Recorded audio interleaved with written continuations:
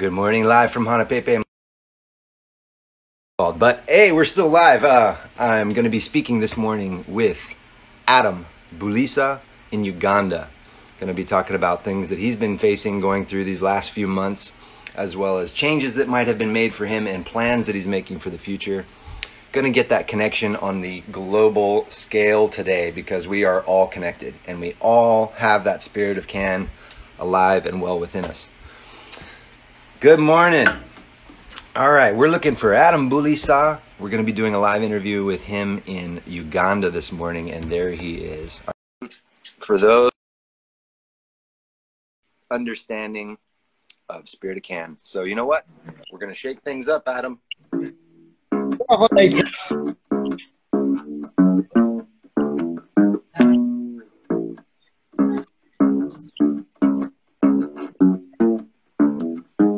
Go on, Adam. Let's stir it up, buddy. All right. Very good to see you. It looks like you're losing your daylight over there, but it's because you're sending it over here. The sun is just starting to come up here. I know. It's becoming dark now. Yes.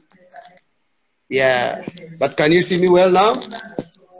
I can. I can see you and I can hear you. Can you see me well?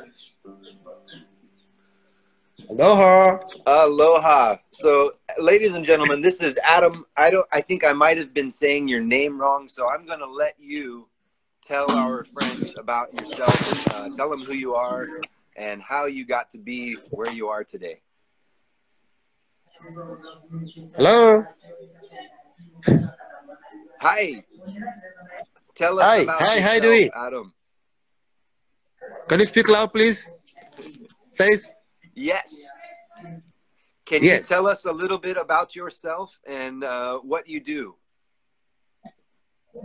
Nice to be here to join Spirit of CAN. Is it right? And my name is Adam Buliisa. I work with the Refugee Law Project. The Refugee Law Project is a project under Makerere University in Uganda. Basically, we help refugees in Uganda. The people come from Congo, Democratic Republic of Congo, Rwanda, South Sudan, and Eritrea, very many people. So I work with the organization that help the refugees. Amazing. That's really important work.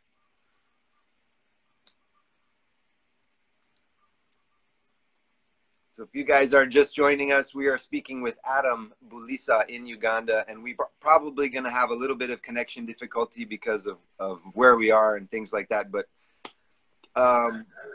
so you're working in something called a resiliency project, and you are helping. It's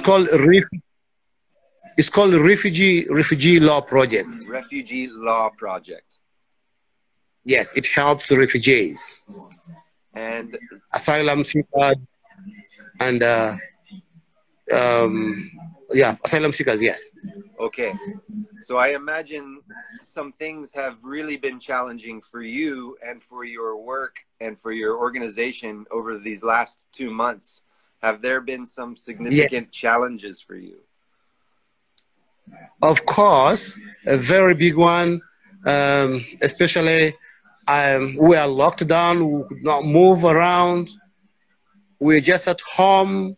We sleep and wake up and sleep again, shower and sleep again and again, eat, sleep again. It has been really a difficult life.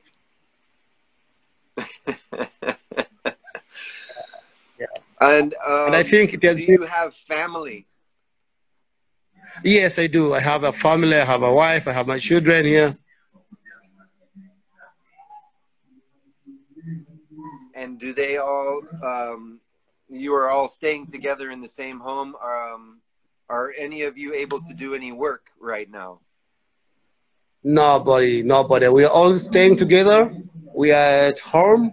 Actually, my other daughter, my firstborn, was locked also somewhere with their auntie.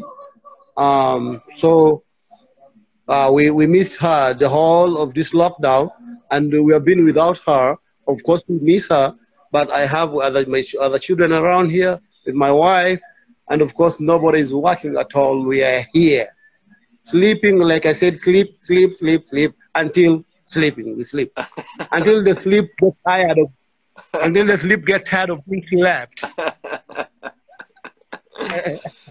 Well, so obviously this is very challenging for everyone in the world.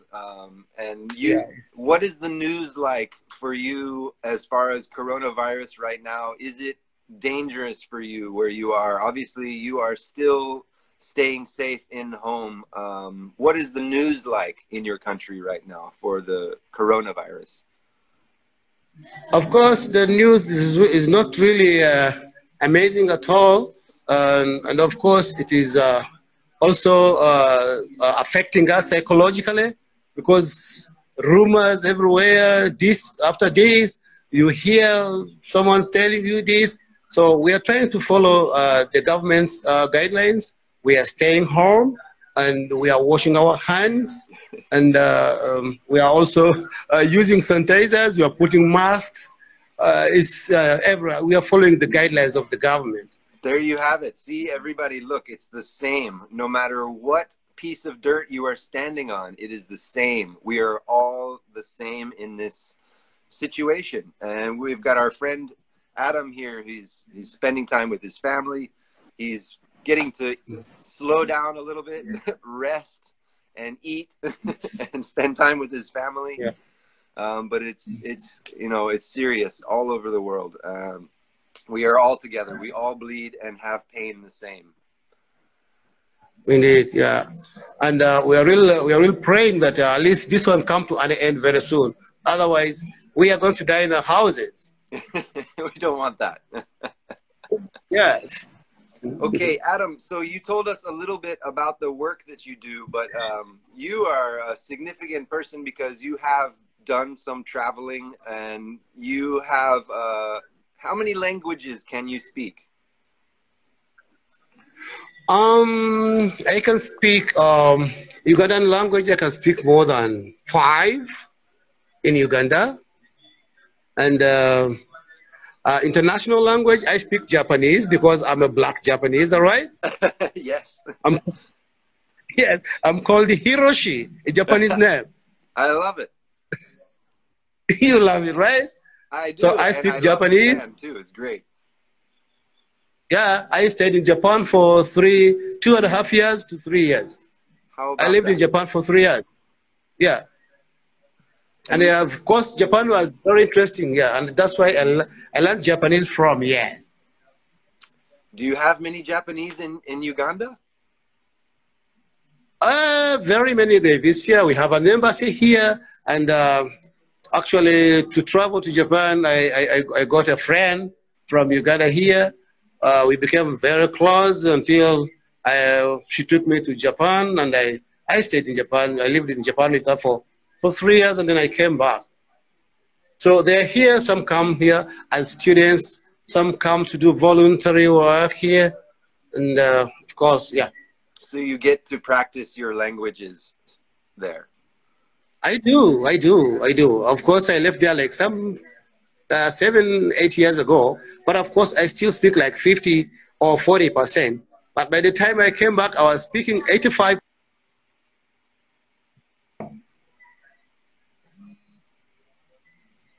Wow. Amazing. Well, I would like to make a connection. Aloha. Aloha. I would like to make a connection with the people that are listening or watching right now, because many people feel that they are insignificant in the world. They feel like they cannot make changes or help people that are around them. And you are one person on the other side of the planet that is really helping people. Tell me about how do you help the refugees that you are getting there? What are some things that you do to help refugees? I can't hear you anymore. Hello? You can still hear me? I can't hear you. The volume now is gone. Okay. the voice. I can't hear your voice now. How about now? Can you hear me okay? Your voice is gone. Oh no. I can't hear your voice now. Okay, we'll just hang out and make hand signals. Your voice is gone. Hello? Adam, Hello? just stay with me. I don't know how to fix it. Hopefully it will come back on. Don't worry. I can still hear you. Hello? Your voice.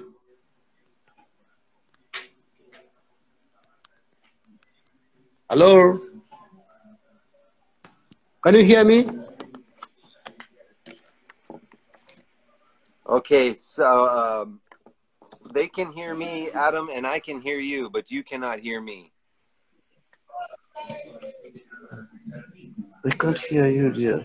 I'm sorry. Let me. I can't hear you.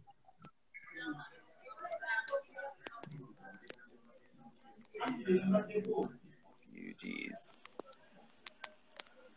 So I'm sending you a question here on the text.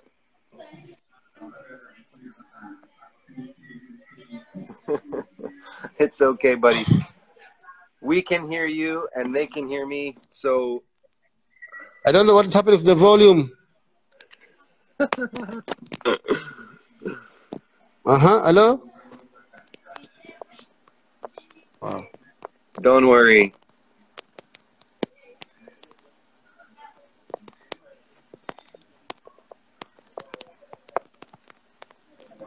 Tell us a story. So you guys that are checking in, I'm sending texts to Adam Buliisa on the other side of the planet. He's in Uganda. It's a little difficult with the connection. He cannot hear me, but you guys can, and you can hear him. Okay. So you said ask me how do we help refugees, right? I can now explain to you now. Actually, you can type and then I talk, right? If you can hear me, right? Perfect. Good. Now we really help. We have different programs at the Refugee Law Project. This includes access to justice. We have gender and sexuality. Many people come from those countries where they get challenges. Some because of war and they run to Uganda. And here mostly we take them to the hospital after finding out their problems. Most of them have bullets in their bodies. I sometimes help them to drive them to the hospital. Then others come when they run here. They come in here. They don't have any help, especially when maybe they're arrested in police. They have court cases. So refugee law projects help them to access justice free of charge because we get funds from donors and purposely for that. So the other thing we do under access to justice, we help them to learn the language to communicate around with the police, with the court. That's English, of course. So we have that program called English for Adults. So when they teach them English, because most of them come here, they speak French from I should say like a Burundi, Rwanda, these days, and then others from Democratic Republic of Congo. Others come from South Sudan. They don't even speak English. They don't know even apart from Arabic. So we even have interpreters that helps them to interpret what they are saying, and then we give them help. So that's a big job. Can you hear me? maybe you can type again. I cannot hear you. How do you see? Yeah.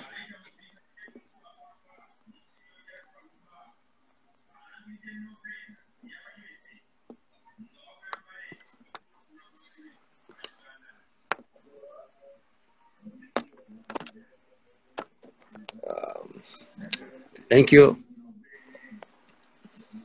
Very important job. I want to find a way to let people know. Are you typing? Yes.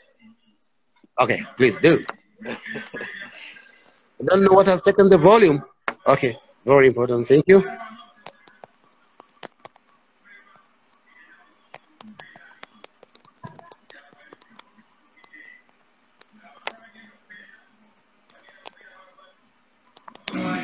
So I'm asking him, what changes are they making now to continue to help people? Because right now people are needing help more than ever. So we're just trying to figure out what adjustments people are making around the world to continue to help each other. So I'm saying, what changes are you making now to keep helping people in need? And we're just going to keep posting questions here. If you guys have questions, put them in the comment section there. And we can type them, send them to Adam.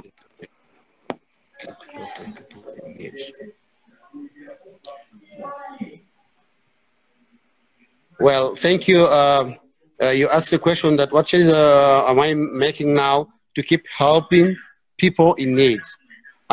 Since the lockdown came in 2 months ago, we are locked in the house. We feel sorry for them. We cannot do anything. They closed even the borders where they used to cross to come to Uganda.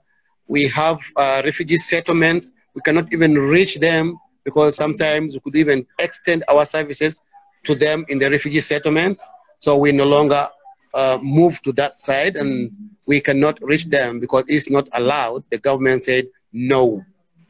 No, and they told us, the government was telling us to keep social distance, to stay home and stay safe. Yes. So we are not helping them anymore. But of course, our bosses, especially my director, is called Chris Dolan, who is well known to one of your members of Spirit of CAN. She's called Cynthia Tai, who are very close to my boss. Of course, they are trying their best to write proposals and talk to donors. Maybe in future they can also help them, and then we continue to help them at the same time. But as for now, I cannot lie, we are not even helping them. We are also locked down, and they are also advised to stay in their resettlements. But of course, UNHCR and then the World Food Program and the ministry of the Prime Minister's office is also trying their best, maybe to extend, to give them food, and that's all. Yes. So for purposes of maybe like other services like sickness, Red Cross is also allowed to move into them and help them. Yeah. So the Refugee Law Project, we are keeping it as the directive from the government, and we are staying home. Yeah.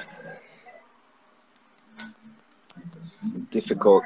It's very difficult when we are all being told what we cannot do, and that's something. You said sorry, you missed the organization I'm working with, and I'm in Uganda, right? Yes, I am in Uganda, and I work with an organization called Refugee Law Project. Refugee Law Project. So Refugee Law Project is under School of Law, Makerere University in Uganda. Thank you. Refugee Law Project. Yes, exactly. A Refugee Law Project. Yes, that's it. Very good. It's difficult. We're all being told. You're welcome. We're all being told what we can't do. No problem. Thank you. We are on the website. You can use our website. It's Google. You'll find us there.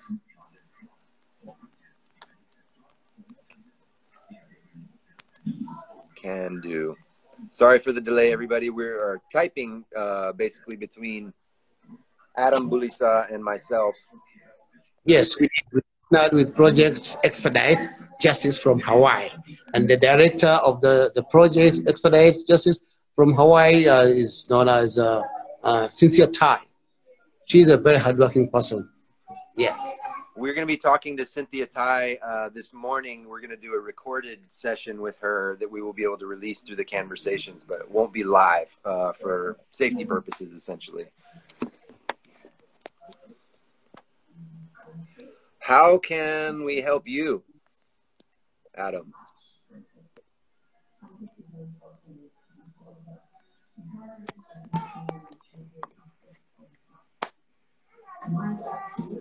How can we help you? Spirit of CAN, thank you. First of all, I want to thank you for making me part of the family, Spirit of CAN. I am very happy. I joined the Spirit of actually, I was introduced to CAN by Cynthia Tai, who gave us this card, and of course even the T-shirt I'm wearing right now. I think you can see it.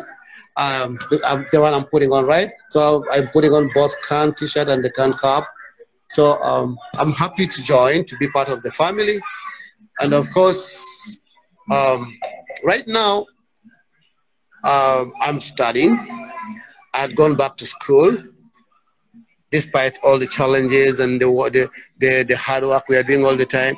I decided to take myself back to school so that I can add on my skills to help the refugees in the same line. Of course, the help I may want to get from you. It's so challenging. I really fear to say my problem, but of course, as we continue to chat, we can always connect, no problem. But of course, so I'm studying, and my mom also at the same time in my village. My mom is taking care of some children who have know their parents, so she keeps them in the house. But of course, she's aged now, but she feels it's her passion. We have tried, we have tried our best to make her, so that she can rest. But she said, no, leave them. They are my children. They are my children. Other parents, of course, died, and they left. They abandoned them. So she took them over. But of course, I'm also looking at that. Maybe in future, I'll be helping the children because my mom is aged now. She's 82 years. And of course, she's losing energy. So she cannot help. Maybe very soon, I know she'll be retiring. But I feel I'll take that up and help those children because it has been her passion all along for over 20 years. She has been helping them. Those others grow and then she keeps them. Yes. She's 82, not 83. Yes. Exactly. She's taking care of some orphans. And she has like 12 of them now. Others, we tell her now, you don't have where to keep them. So what are you going to do? Leave them. They are my children. Leave them. So she has been helping. There are even others who are almost finishing their studies, their college school. And of course, I don't know how she's doing it. It's God honors. But once in a while, for us, we help by giving them food, especially me, myself. In my salary, I get some money. Even my boss, my director, Dr. Chris, is aware about that because one time he also visited me. We went to my village with him. We were riding our bikes, and then we went together to my home. She met my mother, and then, of course, she realized what is happening there. And of course, I hope in future I'll take up that, and maybe I'll talk about, I'll inform CAN, Spirit of CAN, to maybe come in if I am now taking over to help those kids. We can help them together. Perfect. Thank you. Do you see the question there? Are you typing? Yes.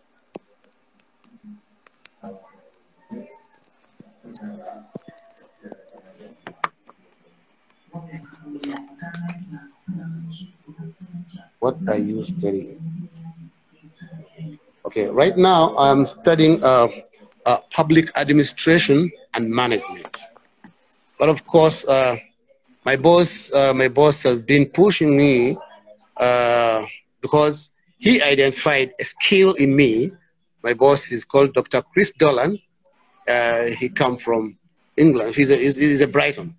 So he has been helping, he has been advising me to do guidance and counseling because he believes I can do that better according to him. According to him, he says he has identified that skill in me. Of course, I've tried to change people's lives through talking to them, and their life is changed. Like there are 3 or 4 people who gave this testimony to him directly as a director. So he's informing me to do guidance and counseling. So when I finish this, of course, definitely I will apply and do what I'm supposed to do, what he wants me to do. Of course, according to him, after identifying that. Though my dream was about doing law, but of course, since Cynthia Tai as a lawyer saying that it's really a challenging profession, and she was like, no, of course I know you love doing law, but don't do it. So I may in future maybe stick to what Chris Dolan, as my director, is telling me. And of course, I will also respect Sincere Tai's advice.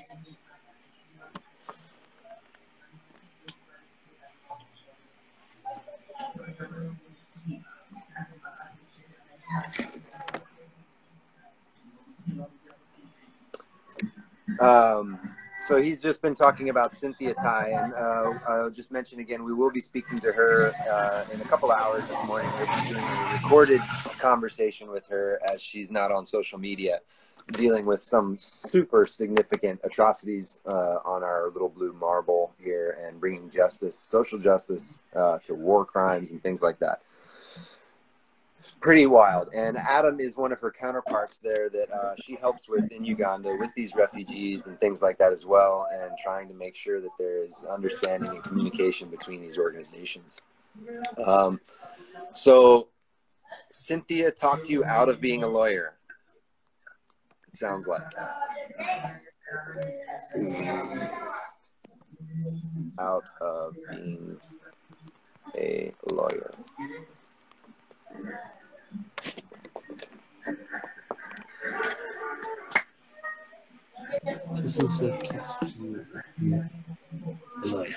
Oh yes, Cynthia.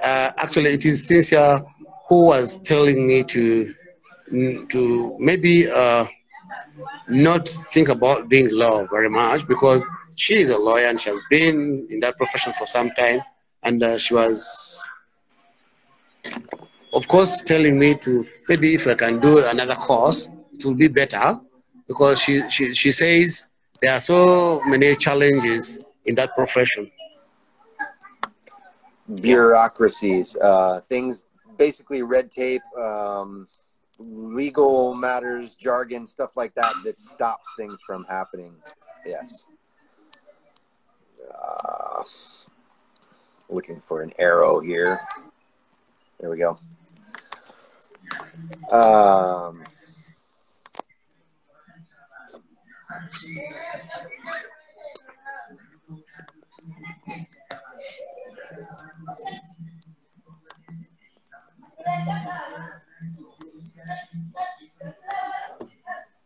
Bureaucracies. I don't know how to spell bureaucracies.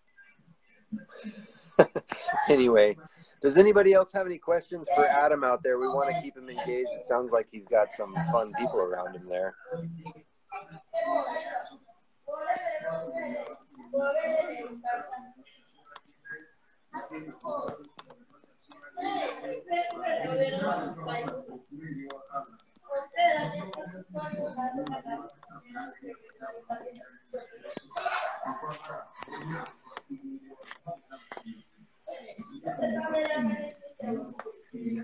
They're from around you now. All right, I can do that. I can do that, no problem. Yes, yes, yes. I'm getting in the house right now. Yes. Okay. Can you reduce the television person? Okay. I'm now in my house. Can you see this? My daughter, my daughter here. Say hello. Hello. Okay. Aloha. So I have my here. Say hello. Say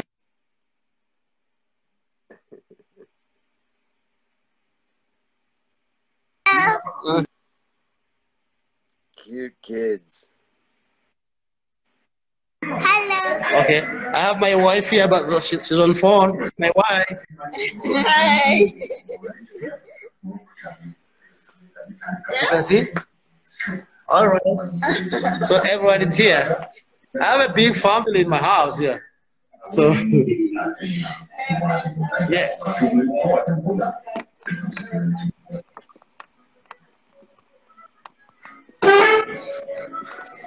You want some juice? I have some juice here. Some juice.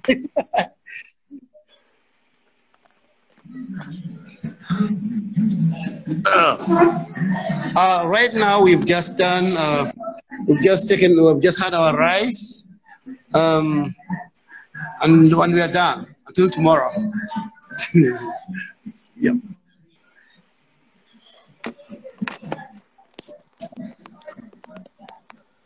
People live in your village. Yes, the volume is coming out now. Oh, good. How many people live in your area? Better? How Living in my many area. people live in your area or in your village? Oh, you said how many people live in my area?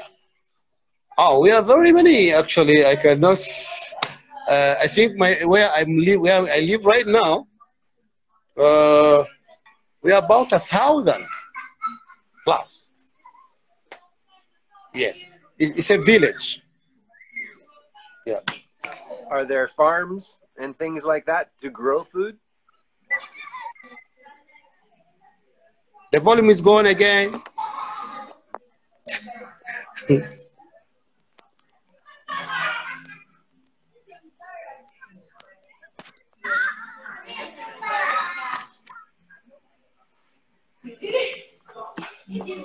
Are there farms? Oh yes, but where I'm staying here, the farms are very far from here. Like it's like about 40 kilometers away from where I stay. Yeah. Okay. But of course, where I'm staying right now, I've been here only for 1 year now. It's a developing area, and it was a bit cheaper. It's like 16 kilometers away from the capital city of Uganda called the Kampala. Yes, so 16 kilometers away. So it's still developing, and the land is a little bit cheap.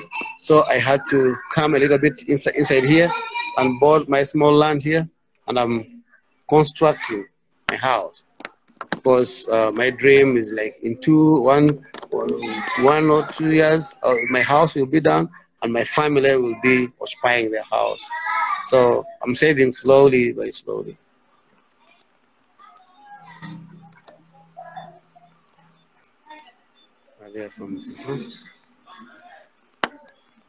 Thank you. How's Andy? How's Andy? Andy is good. Is he live? He's also listening to us? Is he watching? Oh, great, great, nice. What about Ty, Cynthia? I don't know. You don't know? Wow, sorry. But of course, she's next on the interview, right? Yes.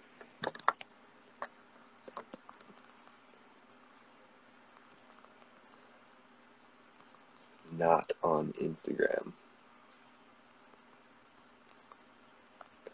Sorry, you guys. We're having to do a little bit of texting because he does not get my audio.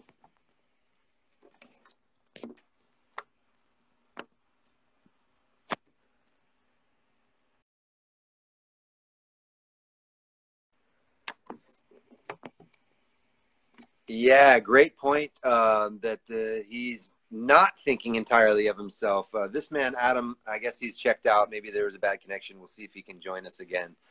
I'm not sure if you guys can hear me. He was having difficulty with his audio in Uganda, but yep, you're correct in highlighting that this man is in a war-torn country. He's working with refugees. His mother is in her 80s. She's running an orphanage, and he's not talking about any kind of personal needs. He's talking about community needs and things like that, to continue to be able to help other people, which is incredible. That's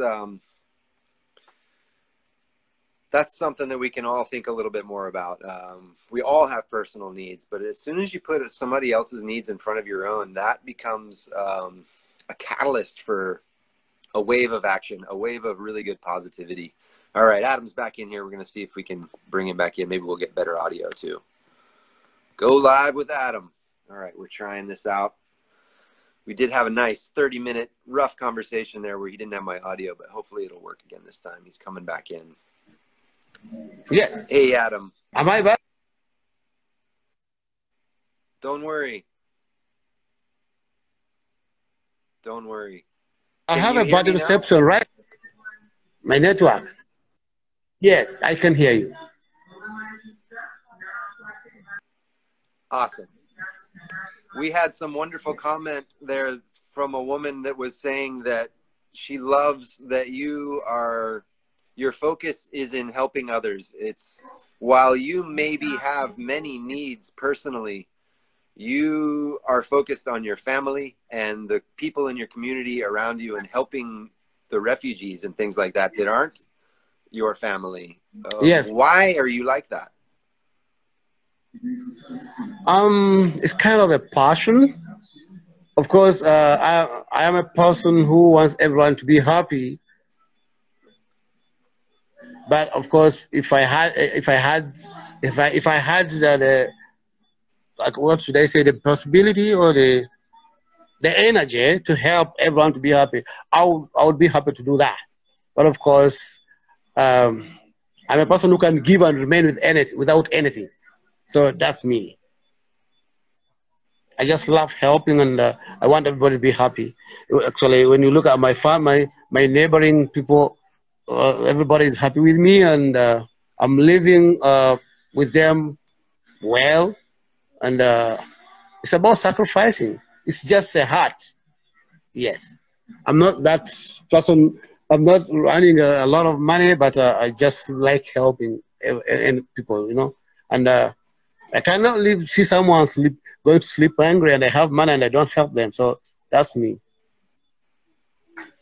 Amazing. Andy was asking, were you raised like this? It sounds like your mother is a very giving person, in her 80s. She's running an orphanage. There's a question. There was a question here. If I was to help the community, of course, no. It's just my heart. It's my heart. And of course, I think I'm copying maybe what my mom is doing. I don't know. It's kind of my passion, maybe. Yeah. Yeah. I think that's simple and that's real. That's very good. Yeah. Yeah. Helping others is in your heart. And sometimes if you wake up and you don't feel good about yourself, and of course, one really good way to change that is to help somebody else. Exactly. Mm-hmm. If you wake up and you have very difficult things happening for you, or there's something that's, very challenging for you, that hurts your feelings or your heart, or you're seeing somebody suffer. There's a question here about how many orphans does my mother take care of? There are about 12. Okay. Yes. I'm curious. If you have a bad moment, can you hear me? Can you hear me? I'll type. There's a question here. How many orphans does my mother take care of? There are about 12 as per now.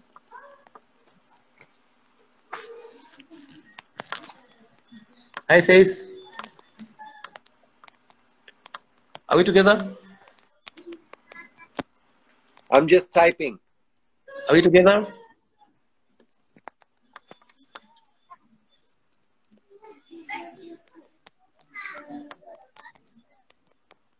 Thank you.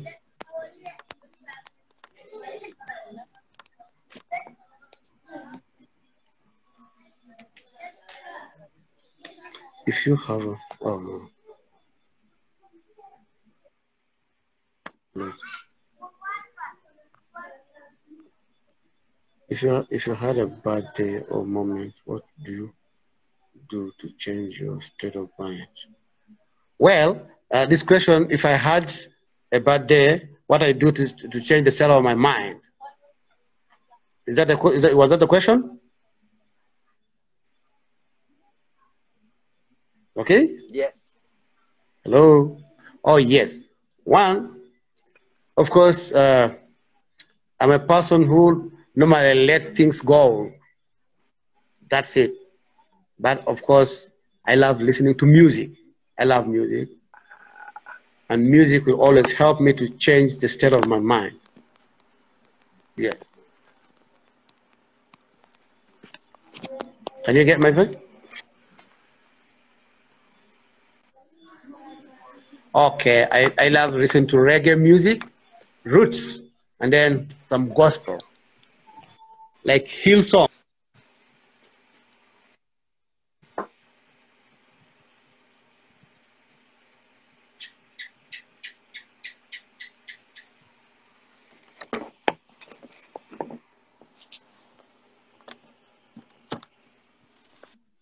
The network is gone?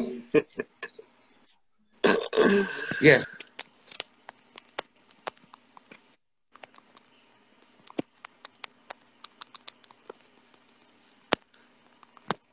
Typing.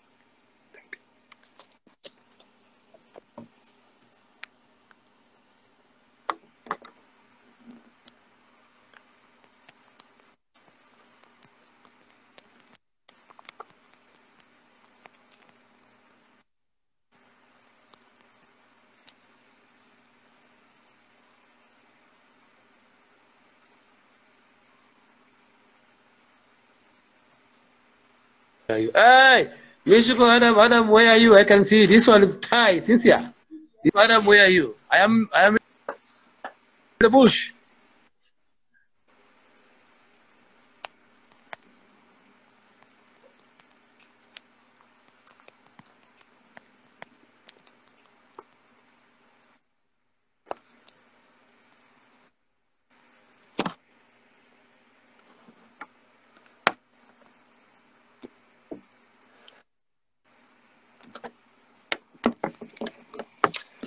You guys, I know we're getting some audio coming in and out. So Adam, I've been typing to Adam. You guys have been sending in some great questions. If that is Cynthia Tai, I'm looking forward to speaking with you here pretty soon.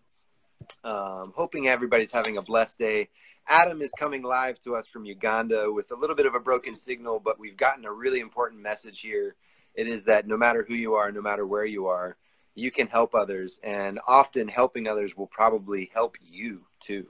So that's the whole spirit of CAN, is getting outside of your comfort zone and making sure that you're looking after yourself, looking after others, nourishing that spirit of CAN. Often things are very difficult and sometimes too daunting to even consider or know how we can help each other.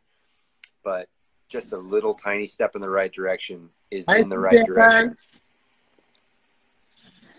Hi, Cynthia. Which call? Thank you, This man is amazing. I sure wish he could still hear me. I think that we're going to try this again. This is our second time trying, and this was a lot better than the first time around. This man's got some incredible things to say. Speaks 5 different languages. He is embodying the spirit of CAN. We are so honored to have you wearing this brand, but embodying the spirit of CAN more than anything.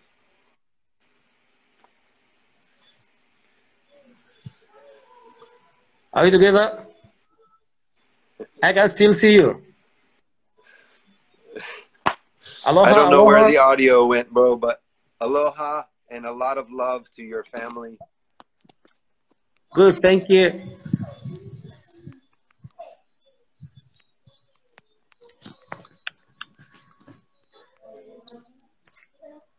Do you have more questions for me? Thanks.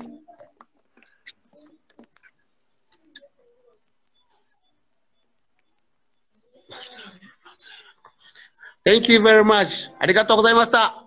Sumimasen.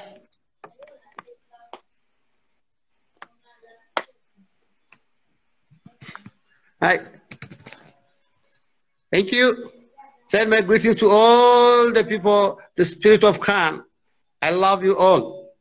Aloha. Aloha. We love you, Bye-bye. buddy. Take care of yourself. Love you. Thank you very much.